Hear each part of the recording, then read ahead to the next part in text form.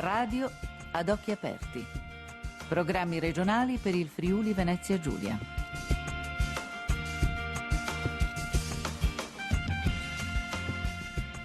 Buona giornata amici ascoltatori, da Massimo Gobessi che vi parla. Benvenuti al nostro consueto appuntamento del lunedì di Radio ad occhi aperti dedicato alla natura.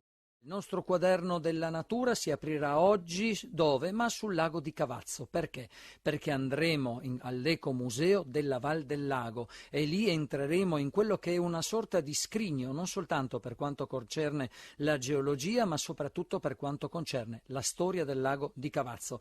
Una storia che si perde nei secoli, addirittura di epoca romana, per arrivare fino ad oggi a quella grande cesura della metà degli anni 50 del secolo scorso con la costruzione della centrale idroelettrica di Somplago e poi con il terribile terremoto del 6 maggio 1976. Ma oggi il lago di Cavazzo è una splendida realtà dove trascorrere con la propria famiglia una domenica in tutta serenità, in tutta tranquillità, soprattutto in questi mesi autunnali, invernali, quando la tavolozza dei colori si colora appunto di tantissime tinte, da quelle gialle a quelle rosse a quelle marroni. Insomma, veramente la natura sa regalarci un vero e proprio quadro naturale, e scusate il gioco di parole.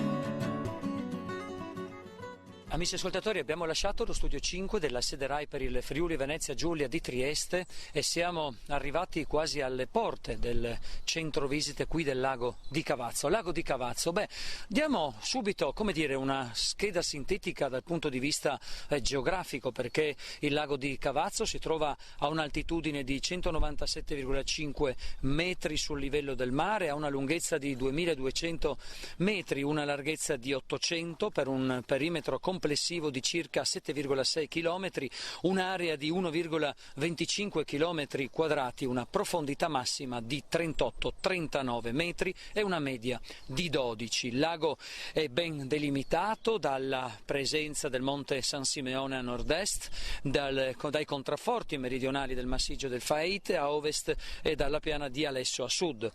Poi una soglia rocciosa divide la vallata del lago da quella del fiume Tagliamento. Sul lago a nord insistono i paesi di Somplago e Mena in comune di Cavazzo, a est sopraelevato di 50 metri Interneppo, frazione di Bordano, a sud a mezzo chilometro il paese di Alesso, frazione di Trasaghis. Oggi faremo una passeggiata qui sulle sponde del lago di Cavazzo, come peraltro dicevo già da studio, ed andremo a visitare il centro visite del lago, un centro visite che nella stagione tardo autunnale e invernale apre soltanto su appuntamento. Ma andiamo subito a presentare quelli che sono i nostri ospiti che ci accompagneranno in questa visita al lago di Cavazzo. Luigi Stefanutti, operatore ecomuseale, Bruno Serravalli, presidente Auser Alto Friuli, Nanni Stefanutti, coordinatore dei volontari Auser. Luigi Stefanutti, buongiorno, benvenuto a Radio Occhi Aperti. Buongiorno. Stefanutti, innanzitutto operatore ecomuseale, allora dico bene, Ecomuseo della Val del Lago? Sì, l'Ecomuseo della Val del Lago è caratteristico di questa zona. Non è un nome che si trova in toponomastica, ma bensì è cominciato da qualche anno a venire definito come lago, senza nominare il lago.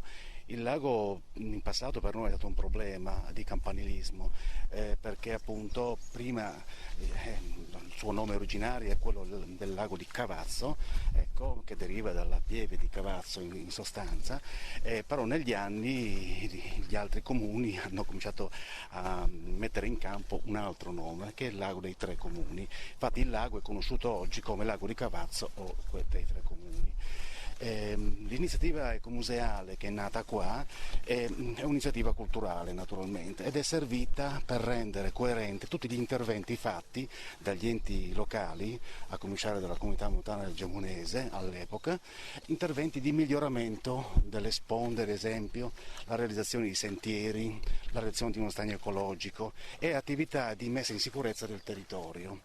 Questo naturalmente ha dato il via a questa iniziativa. Con i progetti 5B, che sono stati realizzati alla fine degli anni 90, noi abbiamo realizzato quello che è il centro visite del Parco Botanico di Interneppo, un centro visite che naturalmente è stato costruito e reso effettivo dal 2003. Stefanutti, noi siamo qui stiamo solcando questo tratturo ben mantenuto, qui si viene in tutta sicurezza, si viene nei mesi estivi per fare il bagno nel lago, per fare anche attività sportive, soprattutto quando c'è un po' di vento. Poi si fa anche una bella passeggiata perché si può solcare tutto il perimetro di questo lago. Si viene nella stagione autunnale e invernale per fare una bella passeggiata, per godere della beltà della natura, nel tardo autunno dei colori che come una tavolozza qui disegnano veramente una sorta di quadro naturale. Però Stefanutti, noi parliamo di un ecomuseo. Ecco, a casa noi abbiamo già un'idea dell'ecomuseo perché siamo stati all'ecomuseo delle acque del Gemonese, insomma abbiamo già capito che ci sono tante presenze dell'ecomuseo nella nostra regione. Ma che cos'è e che cosa serve un ecomuseo? Un ecomuseo, e tra l'altro questo è uno dei 6 ecomusei riconosciuti dalla regione, è un'iniziativa che serve, nel caso nostro particolare, ad approfondire e ad indagare qual è la realtà del nostro ambiente, che il nostro ambiente in questo caso è un ambiente trasformato purtroppo dal 1957 in qua, dalla costruzione dell'attività di una centrale idroelettrica, quella di San Plago. L'ecomuseo naturalmente ha come finalità, come missione, quella appunto oltre di acquisire questi dati per far sì che anche la popolazione, per i residenti, siano consapevoli di quello che hanno. Ecco. Nel nostro caso c'era un problema in più perché da quando la centrale idroelettrica è stata realizzata i residenti, la popolazione che prima viveva il lago in maniera molto intensa, cioè ci lavorava, passava i momenti ludici eccetera e soprattutto ci faceva anche l'amore, nel senso che si intende come una volta, cioè gli incontri dei giovani fidanzati avveniva spesso su queste acque. Il fatto che è stato portato via in maniera coatta, diciamo così, ha creato una frattura, cioè un taglio proprio. Per noi il 1957, l'anno in cui è entrata in funzione la centrale idroelettrica, è un anno zero, come un anno zero con il 76 del terremoto. Ecco.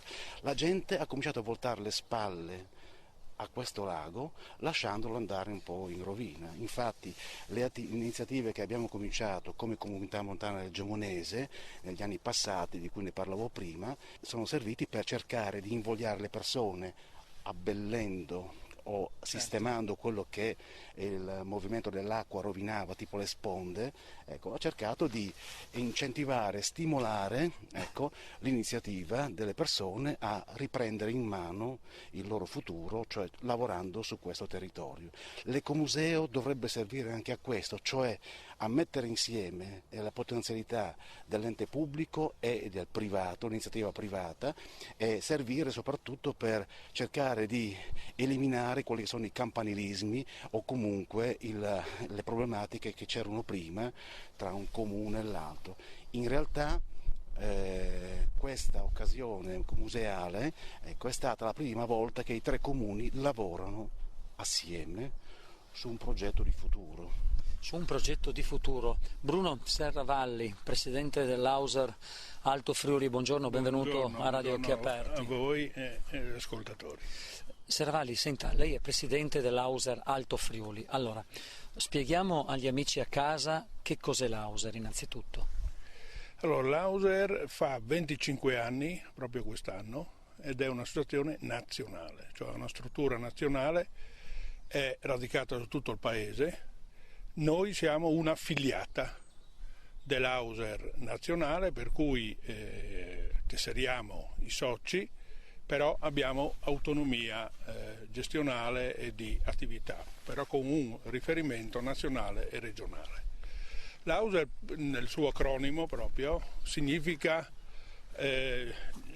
autogestione, servizi e solidarietà, ed è proprio per questa finalità di fondo che siamo qui ormai da 10 anni, per merito soprattutto dei soci dell'area, di questa area della Val del lago, in primis Nanni che parlerà poi.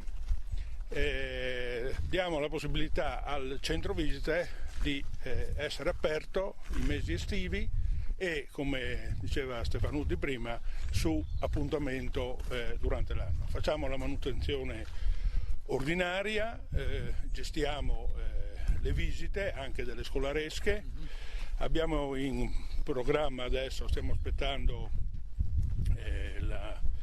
l'esito di un bando regionale, abbiamo in piedi un progetto proprio con le scuole della Val del Lago per diffondere, per sostenere un lavoro di ricerca che è stato fatto proprio dall'Ecomuseo sulla mappe di comunità. Sono uno strumento per far rendere conto alla popolazione che vive in quella zona qual è la loro storia, qual è la loro potenziale economia, un possibile sviluppo soprattutto per l'occupazione, per i giovani e così via. Ecco, noi sosteniamo queste ricerche e con la scuola di Trasaghi, speriamo di avere il finanziamento, vorremmo approfondire proprio quest'inverno questo dato. L'attività poi di Hauser spazia a livello culturale, di cittadinanza attiva, di solidarietà soprattutto. Qui da noi facciamo trasporto oncologico in accordo, in convenzione con l'Associazione Oncologica dell'ospedale di Tolmezzo.